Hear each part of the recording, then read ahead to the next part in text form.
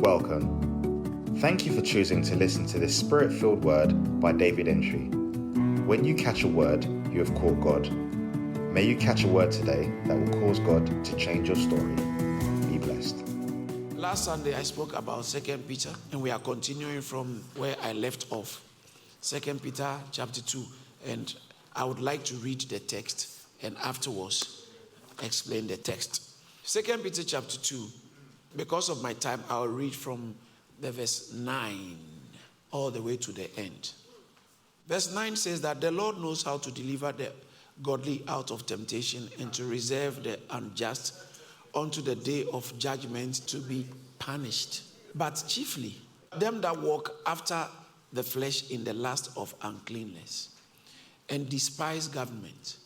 Presumptuous are they, self-willed. They are not afraid to speak evil of dignities. Whereas angels, which are greater in power and might, bring not railing accusation against them before the Lord.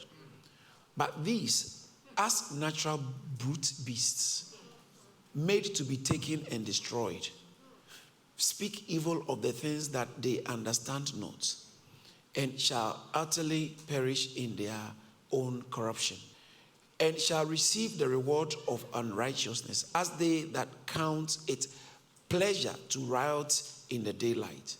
Spots they are and blemishes, sporting themselves with their own deceivings, while they feast with you, having eyes full of adultery, and that cannot cease from sin, beguiling unstable souls, and hearts they have exercised with covetous practices, cursed children, which have forsaken the right way and are gone astray, following the way of Balaam, the son of Bosor, who loved the wages of unrighteousness, but was rebuked for his iniquity. The dumb ass, speaking with man's voice, forbade the madness of the prophets.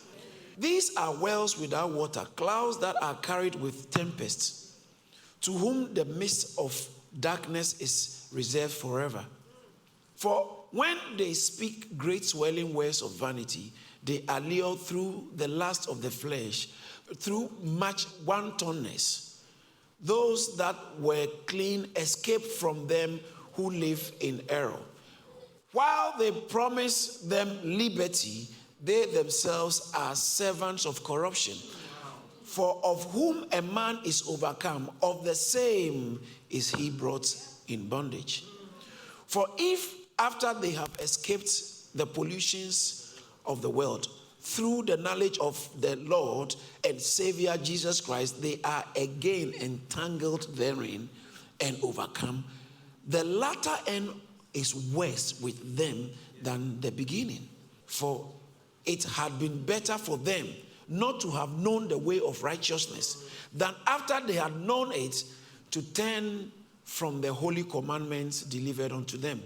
But it is happened unto them according to the true proverb, the dog is turned to his own vomit, and the sow that was washed to her wallowing in the mire. Here ends the reading of God's holy word. These are strong words. Very, very strong words. Sometimes you wonder, is this in the Bible? There are people who think God is this just gentle Jesus, meek and mild. Yes, he is. But he's a man of war. Now, this text was written to a church to protect the church against false teachers, or for that matter, against apostasy. Apostasy is going off the right path or turning your back against God. And if the church had to be warned against apostasy, that means we all have to take a clue and be on guard, because good behavior, good morals is not a permanent possession. You can be well behaved today and badly behaved tomorrow. And so the fact that you are in the faith today doesn't mean you will always stay in the faith. What keeps you in the faith is what you keep listening to and the teachings you are exposed to and practice. That's what keeps you in the faith, not your good intention. Good intentions are good, but they are not ultimate. Your good intention should guide you to look for what will keep you on the right track. And so Paul, as I said in last Sunday's teaching, Paul had to warn the church that he says that I am concerned, 2 Corinthians chapter 11, that as the serpent beguiled Eve, so the simplicity of your mind be corrupted by the devil. So he had to warn them. Paul was concerned in Galatians chapter 1, verse 6. He said, if anyone preach another gospel, use the word another. They preach another as though there are different types of gospel. That is just to say that anything that is different from what you have been brought into, so long as your work is with Christ is concerned, anything that deviates from that, he said, let it be rejected outright and forthrightly. He says that if anyone preach another gospel apart from what you have, he said, let him, even if he's an angel, let him be accursed. That's how strong they were in protecting the church. In fact, the church entered a degraded state by the time 2 Peter was being written. By the time First Timothy and 2 Timothy was being written, by the time Jude and Titus were being written, and by the time 1 John, 2 John, and 3 John were being written, the church, right, that's about 30 years after the church, less than 30 years after the church was born, already decline has set in. So you can imagine those of us who are 2,000 years away. Oh, come on. So the degradation and deviation has been going on for many years. Can you imagine? Some deviations are deviations from deviations.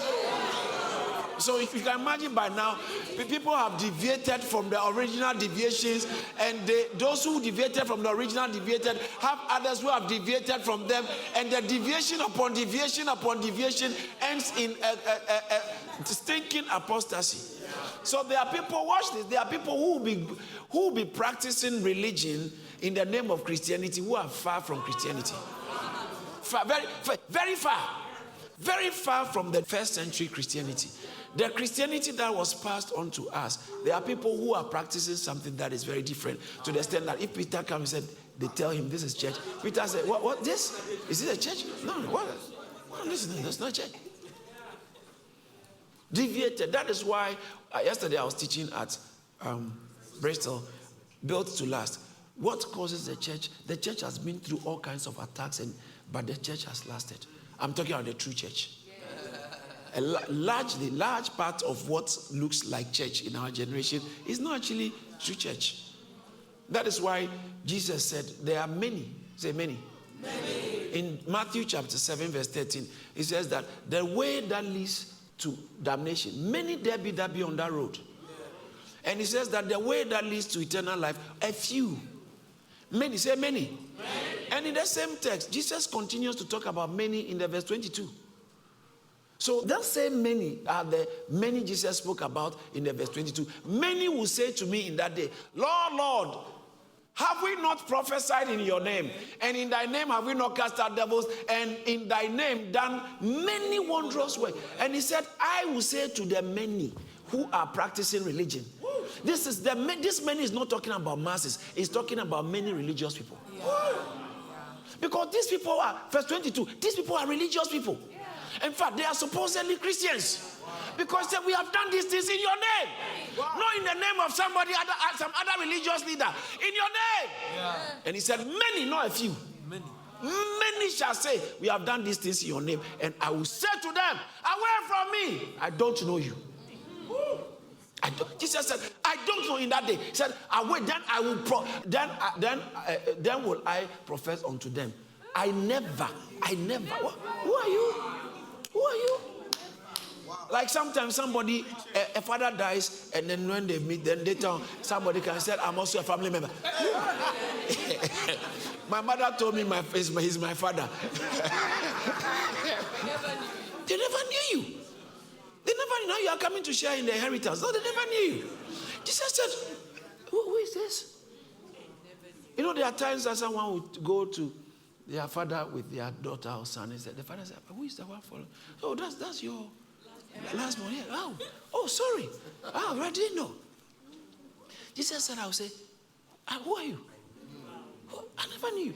So there are people who are practicing what is called church. Yeah. And the world classifies all of us. Listen, the fact, Christianity has become a tag on a form. You take it, you're a Christian, that makes you a Christian. Excuse me. That doesn't make you a Christian. Intending to be a Christian doesn't make you a Christian. Intending to. You intend to be a Christian, but doesn't mean you are. Neither does reformation of your behavior make you a Christian. Being well behaved is the core of Christianity, the platform of Christianity is not behavior, it's belief. You believe in Jesus and follow him. You are a follower of Jesus Christ. That's what makes you a Christian. He said many. So if it's true in the time he said it, then in our times, there are many big, small churches. Big churches and small churches. Many churches with congregation. Medium ones. All levels. Institutional churches. Many. So are you now determining that some churches are not Christian? No, I didn't say that. I said there'll be many in many churches. There's likely to be many people sitting here who Jesus one day will tell you, excuse me, who are you? Because you have always been on the broad way. Public opinion has become the foundation of your Christianity, not the word of God. Public opinion has become the foundation of your Christianity. I put it to you, you are not a Christian. These are strong words, right? At least when someone tells you that, oh, this person is a Christian, this person is a Christian, and they are using that to lambast Christianity and all that, there are a lot of people who don't even know who a Christian is. They don't know who a Christian is. Christianity is a religion that is not based on works, but is based on nature. Who are you? Who are you? Jesus looks at you, said, do you have my seed in you? He said, look at this. This is what people don't know. Galatians chapter 4 verse 6. He said, because we are sons. No, not everybody is a son. Because we are sons. Because we are sons, God then has sent forth the spirit of his son into our hearts. That's where Christianity starts from. There's something of God inside you. It's not based on your behavior. It's based on your nature. Yes.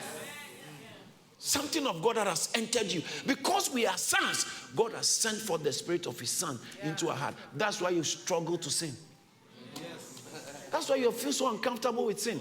Even though you're enjoying it, you feel uncomfortable. And so the enjoyment is not like before you became born again. Before you became born again, you were free. But now you're still doing some of the things, but you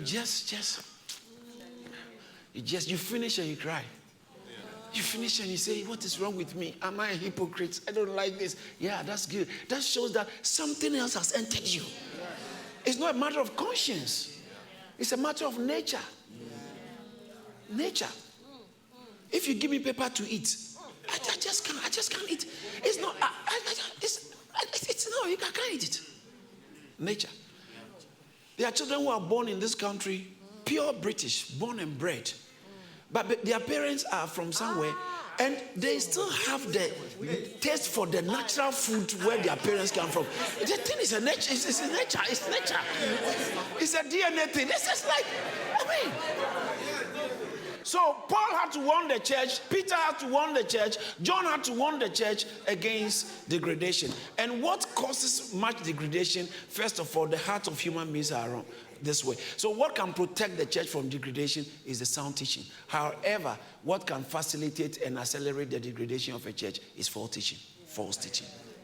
False teaching destroys the church faster than any political power can destroy it. You can't destroy a church. It's wrong teachings that destroy a church. Government restrictions can't destroy a church. Lockdown doesn't destroy a church.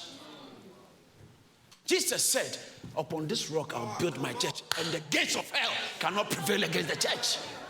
The gates of hell can't prevail against the church. So to destroy the church, destroy it from inside. And how do you destroy it from inside? Get Jezebel to start teaching. Attack the teaching. Get Balaam to come in. Get Jezebel to come in. Get the Nicolaitans to come in with their teachings. You weaken the church by teachings. That is why no sound Christian community remains sound and downplays doctrine. You are at the health of any congregation is at the mercy of the doctrine. The health of any congregation is at the mercy of the doctrine. And so when you go back to the text, Peter had to warn them. And then he told them something, as I've been dealing with, that these false teachers, I need to warn you about them. But the chapter 1 spoke about the development of the believers. That's very important. So to your faith, add that and add that. And then in chapter 2, that's one strange chapter that focuses on false teachers. He starts by saying false teachers will be in, and he says that don't be afraid. Their judgment has already been sealed. It's hanging on there. Verse 4, 2 Peter chapter 2. Then he talks about how they have been reserved for judgment. And he spoke about, I like verse 4, he said, if God didn't spare angels, what makes you think he will spare human beings? What makes you think he will spare? Angels were created to be around him. And we were created to be on earth. And those who were around him, he didn't spare them. What makes you think he will spare false teachers? What makes you think he will spare false pastors, quack pastors? So don't take it upon yourself to go after them. There's already God's judgment. Then he begins to speak about he didn't spare angel, he didn't spare Sodom and Gomorrah. 2 cities, he reduced them to ashes. And he said he didn't spare the world in Noah's time. So God is a God of judgment. That's what he's trying to do. God is able to carry out judgment effectively. Sometimes it looks like he's slow to act. Oh no, he has a timetable. And so he says that he didn't spare angels, he didn't spare Sodom and Gomorrah, and he didn't spare the world of Noah. However, whilst he didn't spare Sodom and Gomorrah, he spared righteous Lot. Whilst he didn't spare the people in Noah's world, he saved Noah. Okay, so he saved Noah first. It's Noah first, and then righteous Lot. And then the verse 9 says that, for God knows how to deliver the righteous. Hallelujah. Amen. He knows how to deliver those who are on the narrow path. It looks like you are going down. You won't go down. You won't go down. God has a comprehensive program in place to defend you where the need arises. Sometimes it looks like Pharaoh is winning. No, Pharaoh doesn't win. There's a Red Sea ahead. And so he said, God knows how to deliver the righteous from temptation. I know there are people here, you are surrounded with temptations. And sometimes you are feeling that, how, wretched man that I am, who will deliver me? God knows how to deliver you from temptation. That is if you want to be delivered. There are people who are not interested in deliverance. Someone is living a bad situation, but they are not interested in deliverance. They are not interested in being set free. Bible says God knows how to deliver. If you are really interested in what God has got to offer, then you will benefit from it. But sometimes, the way you have been treating your wife, you are not interested in good marriage. You look like you are interested in good marriage, but your behavior and your attitude tells us you are not interested in good marriage. Because sometimes you start the quarrel. You start it when there's no quarrel, when there is peace. You start it. You said, let's find something. You start it. And then when you finish, you said, please pray for my marriage. No. God knows how to deliver the righteous from temptation. But the question here is, are you interested in the deliverance God has got to offer? But God knows how to. So Peter comes in by telling us, God knows how to deliver the righteous, or the godly. Hallelujah. The godly God, he doesn't deliver everybody. He just can't. I'll explain why. He can't deliver everybody because not everybody can be delivered. Why can't everybody be delivered? He can only deliver the godly. Because when you are godly, there's an installation in your system. And he can work with what he has installed in you. All right.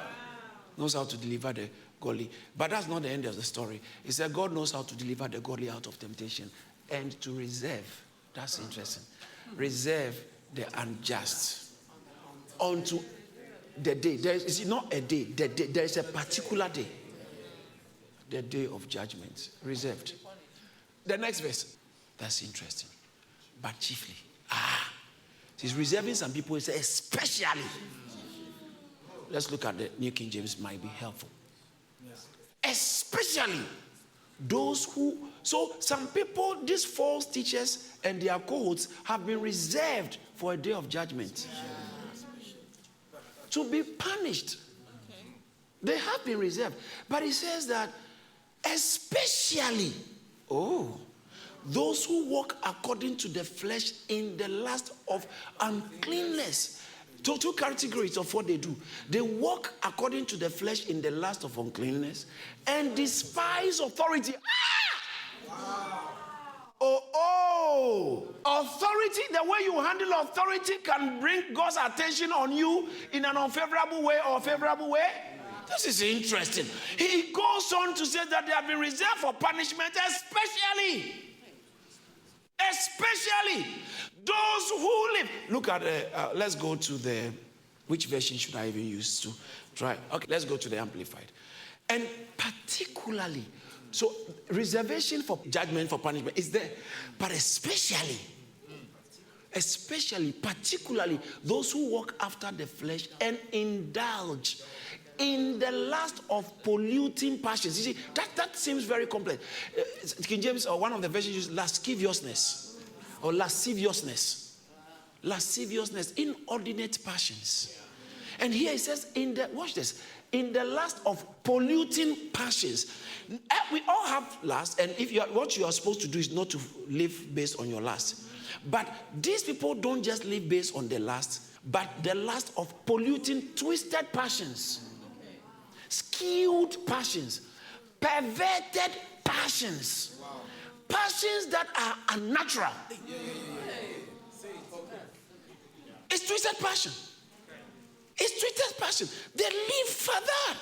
And God said, Bible says that their reservation is especially these guys.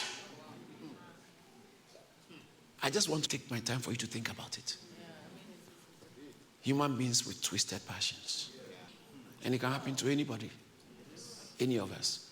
You start with living based on your passions or your lust, and it will be not enough with time. By the time you realize you are now falling like a pedophile. I mean, so laws have to be made against things like that. Like people who abuse women. Like a rapist. That's a twisted passion. Come on. That's a twisted. Many men have it, the passion, but not in this twisted way. You are not even permitted to rape your wife. It's violation. But some people do, and it gets to a time where it's normal. It's normal.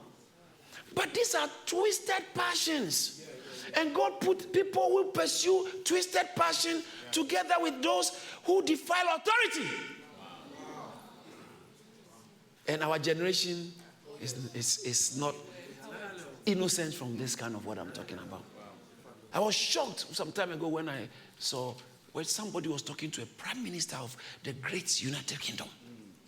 And insults. With such disdain and disrespect. Because it's my right to air my opinion. Mind your language. You might have the right to say what you want, but you will not escape from the consequences of your attitude. Mind your language. You are talking to your wife. It's not your child, it's your wife. Mind your language. You are talking to your husband. It's not your. I know you have a lot of people you'll be instructing at work, but this is not one of your workers. Mind your language. Mind your language. It's your mother you are talking to. It's a mother. She carried you for 9 months. Some of you, let's even say it's 8 months because you came out earlier. Prolonged labor, complicated passions. Your mother, because of a girl. Is this how you address your mother? I saw in Proverbs, he says that it is not good for the soul not to be with knowledge. For the soul to be without knowledge is not good. Proverbs 19:2. It is not good for the soul to be without knowledge. There are things you can't afford not to know. The way you are talking to your father is because of how ignorant you are. The way you speak about people of authority. You go online and you lambast the prime minister. It's not good for the soul to be without knowledge. Yes. The prime minister is a normal human being. I'm not speaking for him. He's not. I had me to say anything. But I pray that United Kingdom wake up. Europe will wake up, and America will wake up. The way we speak about our leaders, we can challenge them on the grounds of facts, reason. But people of authority or dignitaries, you see, if someone is in a position of dignity, there is a way you speak to the person. And every culture and every community who upholds the honor given to dignitaries, they last. Yes. They do well. That's one of the problems of some of the communities in London or UK. Because there's no respect for any authority. The children are trying not to respect anybody because their father is not potential, the father is not around. And the mother tells you, your father is a stupid man. Yes. So there's no authority. No wonder they find it so lucrative to join the gangs. And most of them have their destinies compromised. And we are trying to put government systems in place to recover them. Some of them, they are gone beyond recovery. You can build a very nice, posh, state-of-the-art library in that community. It will still not work. They won't even go there. They will go and be drawing on the walls.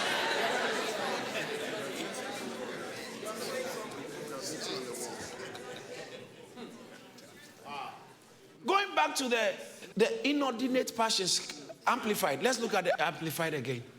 Am I drawing attention to something? Yes. And particularly those who walk after the flesh and indulge in lust of polluting passions and scorn and despise authority. You see, I know what many people won't see. Religious people who read this, what they won't see. When you see authority there, you are thinking about pastor. Yeah. You are thinking about spiritual, so you can imagine if authority, this is talking about God's authority, Christ as the Lord. It's talking about any authority, church authority, civil authority, any authority, domestic authority. Yes. That's why mark any child who doesn't respect the parents. He never does well in life. Yeah. She will never do. It's not that one. It's not rocket science. It's just. Yes, that's our life. If God had to give a whole commandment, honor your mother and father, that it may be well with you. And then you will live your father and mother. And you will live long on the earth. Can you imagine? Secret of long life. Yeah, it's not healthy. Secret of long life is not healthy eating. Necessarily. Thank you. Wow. Thank you very much. Wow. I'm not saying throw everything in your mouth. That's why I have to add necessarily. Yes. What I'm just trying to say is balanced diet doesn't necessarily guarantee balanced health. Or long life. You are eating well, going to gym every day, but you are at loggerheads with your mother and father. I really feel sorry for you. We have to start your funeral arrangement.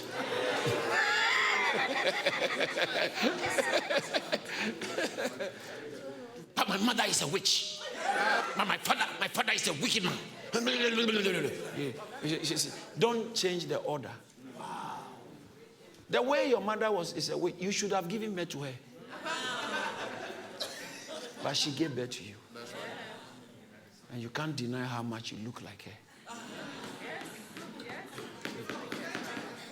You didn't only inherit her genes or her DNA. You also inherited her demons. So what is making her do what is making you hate her? You have actually amplified its authorization to operate in your system. So you will be a bigger version of what you don't like in your mother. Upgrade, thank you. An upgraded version.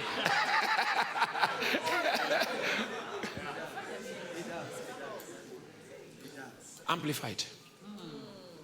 Authorities. Presumptuous and daring, self-willed, self-loving creatures. Can you imagine? Yeah. they scoff at and revile dignitaries. Do you see that? Dignitaries are glorious ones. This is where I will be focusing to end. They scoff at and revile dignitaries, glorious one, without trembling. So I'm going to give you the definition of the dignitaries there. Okay. I would like to talk about, so that, you see, because this is follow up on the authority. It's follow up on the authority. Look at the next verse. It's quite scary. We'll come back to this verse. The next verse says that, whereas angels, who are greater in power and might, do not bring reviling accusation against them before the Lord. Yeah. Even angels who are stronger than you, who are stronger than these false teachers and their cohorts, they were careful when they were addressing dignitaries. Wow. Let's look at Jude verse 8. Let's start from verse 8. It looks like Jude was writing something similar. Jude and Peter. This is very similar. Jude says, likewise also these dreamers defile the flesh. Is it familiar to what we just read? And reject authority. Watch this. They don't just reject authority. When they are rejecting authority, this is the manifestation. They speak evil of dignitaries. So did we just read this in 2 Peter? No. I want you to follow me very carefully. It looks like we just read something like this in 2 Peter. They speak evil of dignitaries. And 2 Peter, the end there, he said that even angels dared not to go. They went where angels won't go. Now watch this. Evil of dignitaries. The next verse. Yet Michael, the archangel, not an ordinary angel. An archbishop is different from a bishop. He's a bishop with an arch. That word arch means above. Your arch enemy. Above. So mono arche. The one who is above all is a monarchy. A monarchy is like, it's not under anybody. It's above monarchy, arch. And an archangel is an angel that is above the rest. Yet Archangel Michael, in contending with who? Look at this text very carefully. Archangel Michael in contending with the devil. When Moses died, God said, you not go to them. No one knows where he died. And he didn't want the Jews to build a shrine around his, because it would distract their worship. So God decided that I'll handle Moses' body. That's why up to now, no one knows where he died. But the angels knew it. So when Moses died, I think God sent angel Michael to come and take care of the body. But Satan found out this is a very good thing. I can use it for my agenda. So now it became a tug of war. Angel Michael said, let's go. And then the enemy pull it. Let's go. And pull it. So now, how do you win the battle? Because equal powers. Because Lucifer was also an archangel. Wow. So equal powers. And an archangel is someone of power, authority, dignity. So God has honored him. And it's like you're co-equal. And now it has to turn into a verbal content. Wow. So he wanted to say, get off, stupid you. But Archangel Michael couldn't say that because of the kind of person he was dealing with. Many other fallen angels are under him. Yes. He said, yet Michael the archangel, in contending with the devil, when he disputed about the body of Moses, dared not bring against him a reviling accusation, but he said, the Lord rebuke you. He has to appeal to the Lord's authority. The way you've been speaking about pastors, you, the way you've been speaking about authorities, you, in the name of freedom of speech, you, especially those who pursue twisted passions and those who defy authorities. And he said, even the archangel Michael, in contending over the body of Moses, with the devil did not bring railing accusation or reviling. Some translation, I think the NIV uses railing. Railing accusations, reviling accusation. That's why pastors should be very careful. We have to be very careful when we are dealing with congregation, especially when everybody thinks that we are very powerful. You can be powerful but without influence. Oh, yeah. Oh, yeah. When you get influence, be careful how you use it. Be careful how you handle it. Never use your influence to pull another person of influence down. So if we are doing dirty politics, I think we should exercise caution or discretion. It's a certain level of discretion. Bible says that a beautiful girl who doesn't have discretion is like it's a golden ring in the snout of a pig. It's just like a beautiful woman who doesn't have discretion. He doesn't see the point of her beauty. He doesn't see the point. Discretion is important. When you read Proverbs, you can see discretion popping out every now. Discretion. Proverbs chapter 17, chapter 18, chapter 19. Discretion. When you are dealing with a person in authority, when your mother, when you have said something to your daughter, your husband has also said something different, or her father has also said something different, or his father, or you said something to your daughter, and his mother has said something. Be careful how you address the father's authority to the child. Don't say, don't mind him. Don't mind him. As for that, your dad. Oh no, you are destroying this boy's future. Discretion. Even Archangel Michael, he dared not to bring reviling accusation against the devil. Satan, you are stupid. Satan, he said, Archangel couldn't even do that. And you, powerful man of God.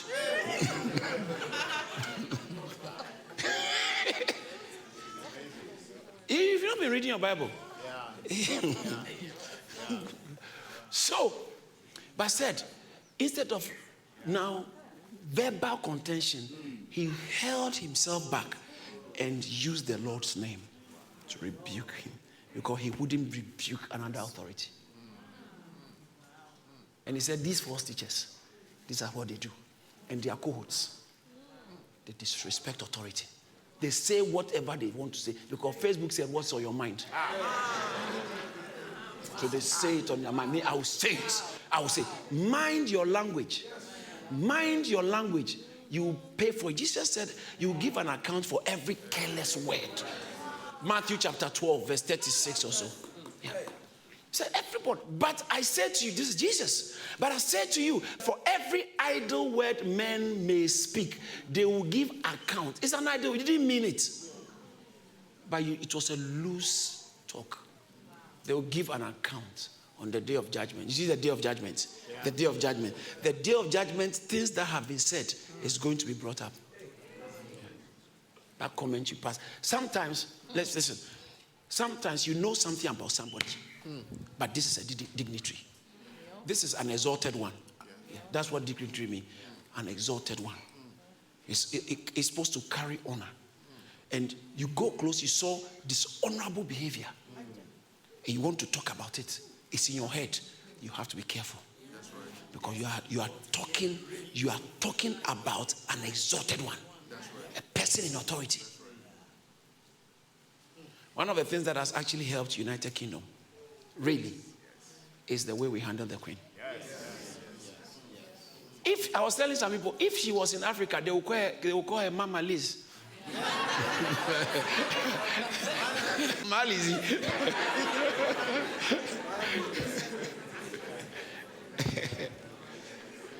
There's no church that grows above the honor they give to their leader. That's why the world loves to bring church leaders into public disrepute. In the name of these are hypocrites, they are doing something bad, we have to expose them. Yeah. You dare not take it to some places. They will handle their own affairs internally. This is interesting, isn't it? Let me round up, because today I don't want to preach too long. Let's put that back. Archangel Michael, please put it on the screen again. And verse 10. Look at verse 10. But these guys, the other guy, even what Angel Michael will not do. These guys speak evil of what they do not know. Yeah, whatever they do not know. Yeah. And whatever they know naturally. Like brute, it's not the same thing, Peter. Brute beasts. The Greek word translated brute is alogos. Unreasonable. It's not using, you are not thinking. Unreasonable. I've not touched true things. Alogos beasts. And in 2 Peter, it calls them in the NIV, and I think even King James, creatures of instincts, not reasoning. Okay. All right. Creatures of instinct. I feel like, what I feel. I feel like. You live based on how you feel. You can't do that. You can't keep a job. Or you can't keep your business if you just live by how you feel like. Yeah. You can't do that. One day, President Obama, former President Obama, I think he was talking and a fly kept flying, and a pesky fly just flying around.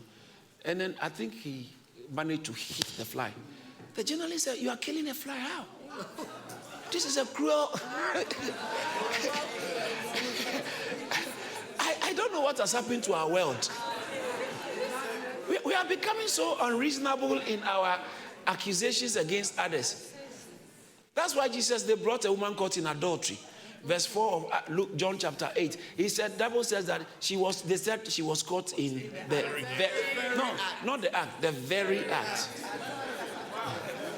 Very act. It looks like, sir, they took pleasure in describing her action, the details of her actions. And their behavior made Jesus feel quite embarrassed about it. So he had to bow his head. These guys. They enjoy talking about the details of this kind of stuff. And they were pushing Jesus. Say something. Then they quoted, Moses said, "What have you got to say?" Moses said, "What have..." And Jesus said, "Okay, you want to know what I've got to say? Anyone who is without sin, let him be the first." Only one. I just need only one. The rest, I know you. Only one to cast the first stone. Then the rest will follow. Bible said they thought about it and said, "Oh." So from the top, they dropped their stone. The first, they came in a group, but they left one after the other. Because Jesus made it very personal. As you are busy criticizing others, what's very funny about us human beings is we can be so hypocritical. We will criticize people for the very thing, doing what we actually are doing. Am I supposing that it's not good to, talk about some things? I'm not saying that. Let's call a spade a spade. Wrong is wrong. Okay, wrong is wrong, right is right. Now what I'm saying is that when you are dealing with other people's downfall or other people's mess, exercise discretion. Exercise discretion. Because whilst you are busy, you also have issues. Your issues might not be like this. But your issues, people around you may not know. May not know. So let's go back to the text because I have to run up. Jude. It says that in these things they corrupt themselves. That's also, it's loaded with stuff, but that's not what I'm teaching. 2 Peter is saying it, so I'll go back to 2 Peter. Let's go to the next verse, then we'll move away from there. Woe to them. Wow. For they have gone the way of Cain. Have run greedily in the era of Balaam for profit, and they perish in the rebellion of Korah. It's a whole message. It's a whole message. I know people will be surprised. Are these in the Bible? Is this in the Bible? Is this in the Bible? It is not good for the soul to be without knowledge. You will shoot yourself in the foot without knowing. There are a lot of people who are running around looking for prayer, but they don't know. They are their own architects. The architects of the problem, they have designed it. They don't know. Because it's not good for the soul to be without knowledge. There are things that are killing you, which you have brought in your life, and you don't know. So when you are sick, you go to the hospital. They are not quick to give you medication. No. A good doctor will not just prescribe. He has to diagnose first. We have to find out what is killing you. What is causing this pain? Some of these kind of teachings will help you to diagnose where potentially that unmedicated, unabated struggle is coming from. You've fasted, you've prayed, you've done everything. You've done written all kinds of application, and nothing is changing. You have received prophecies. They've prophesied over you. They've poured on you. They've kicked you. They've pushed you. They've done everything. And it's not changing. Sometimes there's an African proverb which says that when you are pulling a rope and it's not coming, it means something is tied to something. Something's holding it back. Because rope should just come. But as you are pulling this rope, it's not coming. There are times when you are forcing some things and things are not happening. You have to try and investigate. Investigate. There are things that we do that will hurt our children. There's nowhere you go in United Kingdom and you see in church buildings. The civilization of America, of Europe, United Kingdom, this civilization were built by covenant with God. Yes, sir. The founding fathers labored. So you are at work with somebody who is perverted.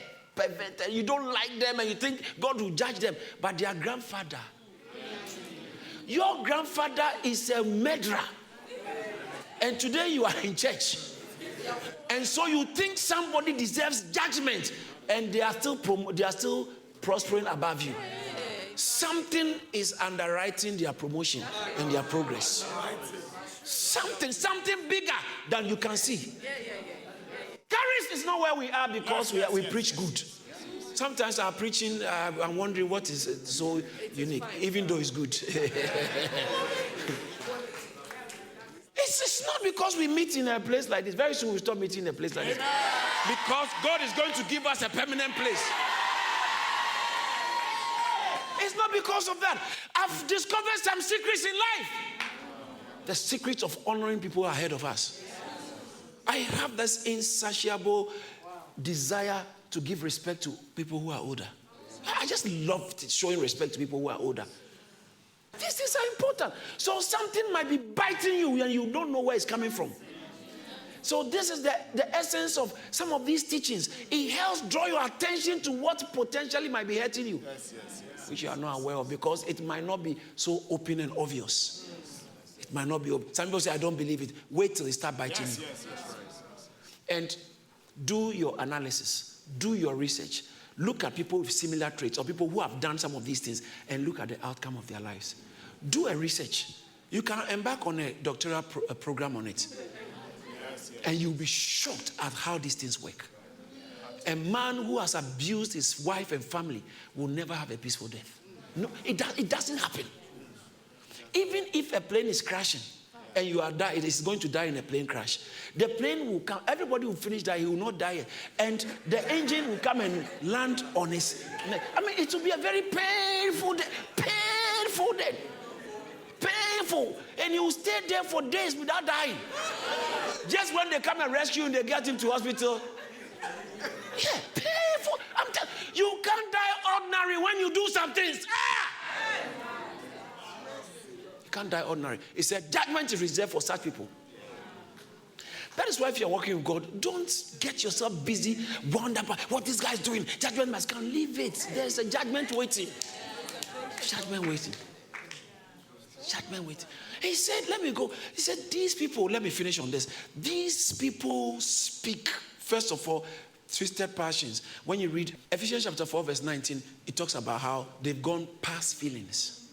These people are past feelings. That's a very interesting statement. Past feelings. Being past feeling. What does that mean? Past feeling. Yeah. Talking about who being past feeling has given themselves over to lewdness or licentiousness or lasciviousness. Yeah. Past feeling. Has given themselves up to lasciviousness, to work all uncleanness with greediness. They did. Past feeling. When man fell in the garden, God made us to rule us. So God becomes the governing authority of our lives. But when we fell from relationship with God, God put in a system called conscience to be our guide. So everybody has conscience to guide you.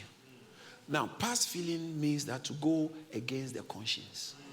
Now you are not working with conscience anymore. Your conscience can't even guide you.